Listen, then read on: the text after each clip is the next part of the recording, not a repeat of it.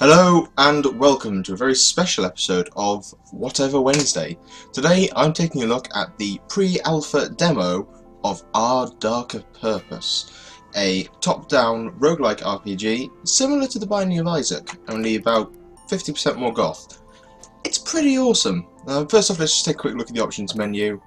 Not much to speak of here. Full screen, sound controls, and deleting save file, which I'm not going to do because I don't want to.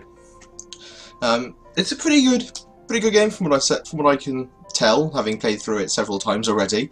It is just a demo of a total of, well, I could say 3 levels. There's the 2 initial levels, called the Halls of Demonstration, the easy one and the hard one, and then that goes on to a mutual 3rd level, which is, I've heard of people having trouble with it. I've done it 6-7 times, died on it once or twice. Yeah, not bad. In fact, yeah, I think that's 7 and twice actually. Yes, this being my 10th run. I'm going to go for the easier demo simply because I'm a little rushed for time and I don't have the time to take things slowly. Now, as you can see, first off, it has a absolutely fantastic art style. I mean, just look at this. It is amazing. And see if I can bring up the Kickstarter page for it so I can have a look at the description of the game while it's refusing to load. The game was successfully Kickstarter, which is absolutely fantastic. I just wish I had the spare money to have helped out with that, because from the moment I first checked out the look of this game, it looked absolutely fantastic, it sounded fantastic. I love the plot, and Avily Wild Games are pretty good. You can't fault them for anything about this, and it sounds like they know what they want, and that's quite often a rare thing for indie devs. So, oh god, I hate these people because they actively dodge. See, it's keeping an eye on the clock, and I am, as such, not keeping an eye on the game. Come on. Oh, come on. You would. There we go. And I got hit again. There you are. Heal for a bit. Now, as you can see, I'm utilising this roll mechanic here. I'm utilising it badly, but I'm utilising it nonetheless. There we go. And what this essentially allows you to do is roll, as you would expect a roll mechanic to do. And it's got an incredibly short cooldown, and very much offsets your quite slow speed, certainly in relation to enemy attacks. And here's a good example. He would otherwise catch up with me, except I can quite easily roll out the way, but I cannot roll and shoot, which is an important limitation. I don't know how it's going to be later on in later builds. I mean, alpha is alpha, pre-alpha is therefore pre-alpha. The logic is undeniable. But at the moment, it more than makes up for the lack of speed, and it doesn't really give any incentive to pick up anything which increases your speed. And I think the roll's just a little too fast at the moment. But again, pre-alpha is pre-alpha, so that's not really valid criticism, because I don't know how long that's going to be the way it is. That spider from all the way over there, I'm not going to manage it. Get up close and personal and shoot it in the face with whatever the hell I'm throwing, or spitting, or whatever I'm doing. I don't even know. Oh, I've leveled up. Fantastic. Non-stake. As I lay dying, I see the light. 15% damage, minus 5% movement speed. Not 15%, 15 even. Minus 5% movement speed, plus 10% defense, and plus 2 light. Light is quite useful. It's 5 extra seconds of life. Use them to reflect on your failings. The administrators. The administrators are not nice people. And do I want to take Hitchhiker's Guide to Vending Machines? Nice homage to Hitchhiker's Guide to the Galaxy there. Which is plus 42 health, 42% discount from the vending machine.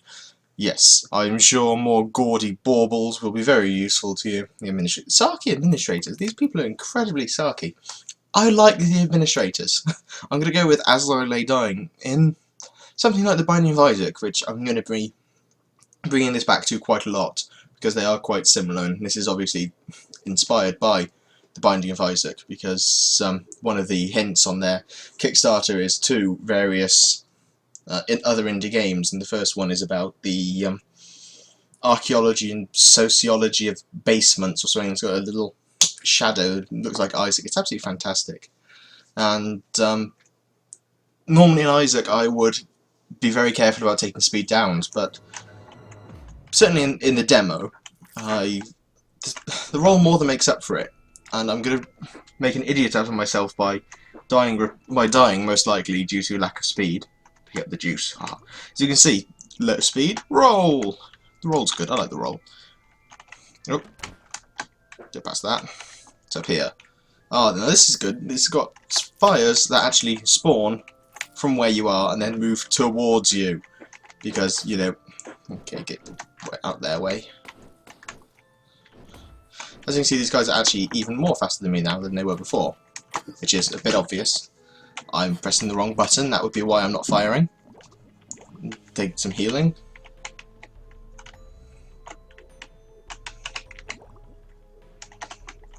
And replenish my juice boxes. Excellent. Now I'm going to try and...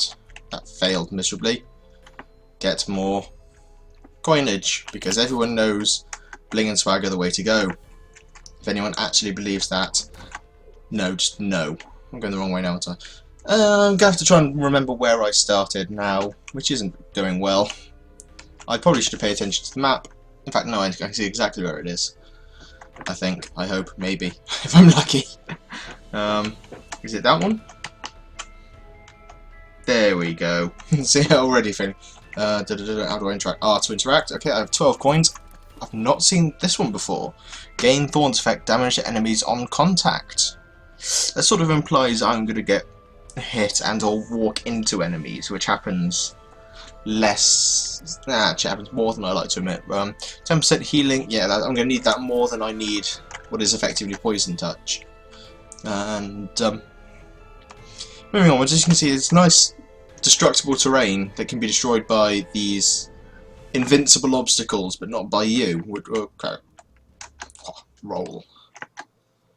And I like that because that adds a new dynamic to the game. You get these other enemies here, which are, you know, stationary for all intents and purposes, but leave those tracking and, well, not pleasant to stand in.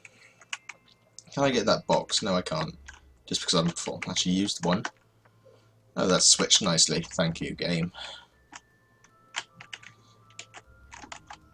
Oh. I failed that miserably.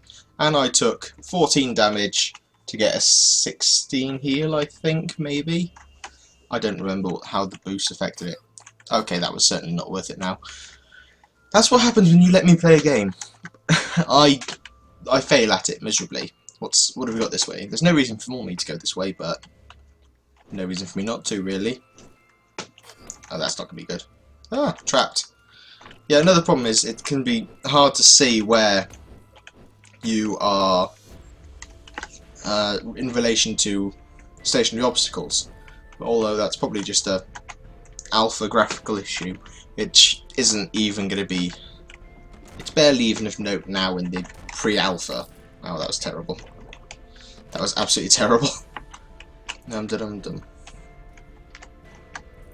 Ah! See there? I could have sworn I'd have gone past that, but I didn't. It's just... apart from the fact that I'm just bad at video games. But, come on, there you go. Apparently just not good at doors. I've had very few bug issues to report as well, which is good for even for a pre-alpha. This, in fact, especially for a pre-alpha, this is very, very well done. But that said, I will occasionally have... Oh, there we go. Frames dropping. I will occasionally have an issue where my keyboard decides, actually no, I'm just pressing left. It won't. It'll only have this issue with the game. So this game, all other games have not caused this issue. Frothy the Dragon. I'm sorry, but Frothy is probably the cutest mechanical dragon I've seen today. Well, it's the only mechanical dragon I've seen today, but still, let's assume it's a dragon. I'm not familiar with orphans and their art projects. Am I going to dodge that? Yes, I am. Haha. See, Frothy's not too big of a problem. His HP isn't too high in relation to the attack you can get, especially not when you crit on him. As you can see, I'm now getting more fires attacking me. Okay, I'm not going to... Yes! Excellent. I was not expecting to dodge that. The next boss has an a little higher HP, shall we say, than Frothy, and that fight can take a while. And yeah, so again, please take everything I say on this with a pinch of salt. This is, again, a pre-alpha of the game. Everything you see here is subject to change, and many of it probably will change in the coming weeks, months.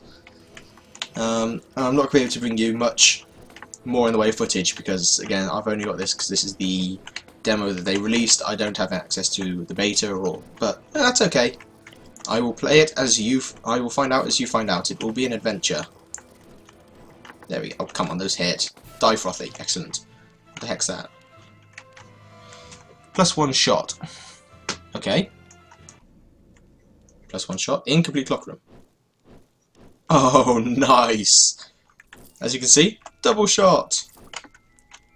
There's some good items in it. There's a set of compasses that allow a compass protractor set that lets you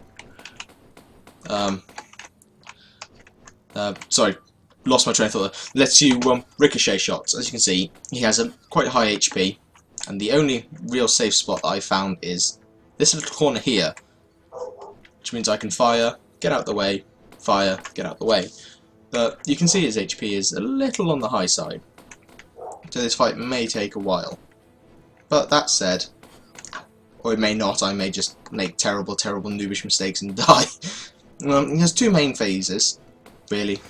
There we go, here's the second one, where he spawns these where you are, or where you were, assuming you keep moving, and they then fire at you, which I think is rather mean of them, to be honest. You know, I'm just trying to find out where my teacher's gone and why the administrators are such dicks, and that's not an excuse to shoot me. I mean, at least it wasn't when I went to school, but that said, I didn't go to an orphanage, so I can't really comment on that. I don't know the current practices of orphanages, especially in wherever the hell this place is. I don't believe this is in the best practices of anything.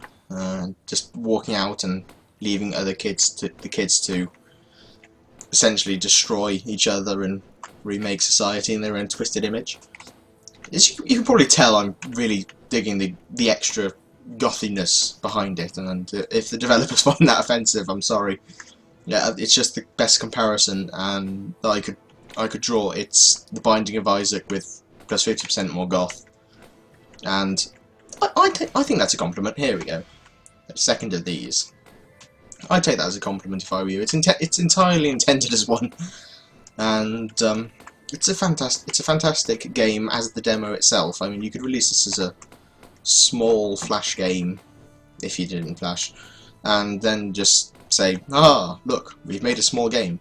The fact that there's going to be more to it and it gets more complex, okay, that's the deal, is fantastic. There we go. Saved by the roll.